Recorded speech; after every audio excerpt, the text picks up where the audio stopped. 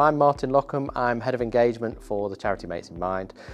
We're a UK charity that specialises in workplace mental health, working with organisations to help them take a more proactive, preventative approach rather than reactive to mental health issues. Restricted psychosocial risk, basically, when you think about spaces where people feel safe to open up about things, particularly because transport logistics is quite a legislative and safety heavy culture. People worry that if they open up about mental health issues, stress, anxiety, depression, that could have a knock-on effect to their role, to safety, all of those kind of things. So psychosocial safety is quite restricted within the industry, definitely. We see it both in logistics and in construction, that isolation, loneliness, away from family, work pressures, outside of work pressures, having people to talk to is quite an issue. So yeah, the isolation really does play a major role within that kind of you're in your own head, thinking about your own thoughts and not having an outlet really to discuss things with. So it can play a big role, definitely. Along with working with organisations and particularly supervisors and managers really to address how they can kind of spot signs and talk to the teams about mental health and wellbeing.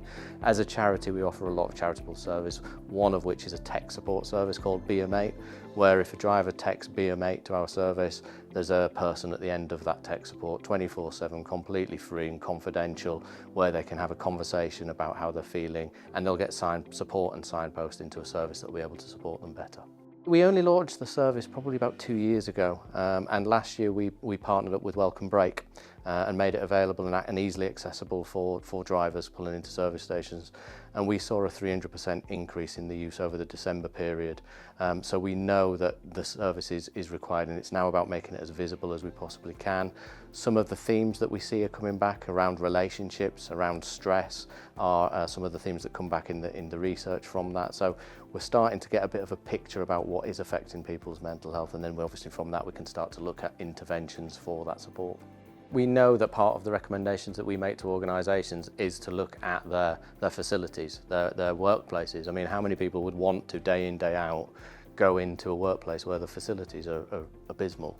There's a lot of great work going on at the moment to improve those in the UK, but without question, your environment does have an impact on your mental health. If you don't feel that you can stop somewhere and feel comfortable and relax, you're constantly on, and that stress can build up over time as well. So it is a really important aspect of a person's well-being. Try and open up, try and talk to people, talk to your friends, talk to your mates, hence the name of the charity Mates in Mind. If you spot signs that your mate might be struggling, start a conversation. You know, ask twice, are they okay? And really, mate, how are you doing?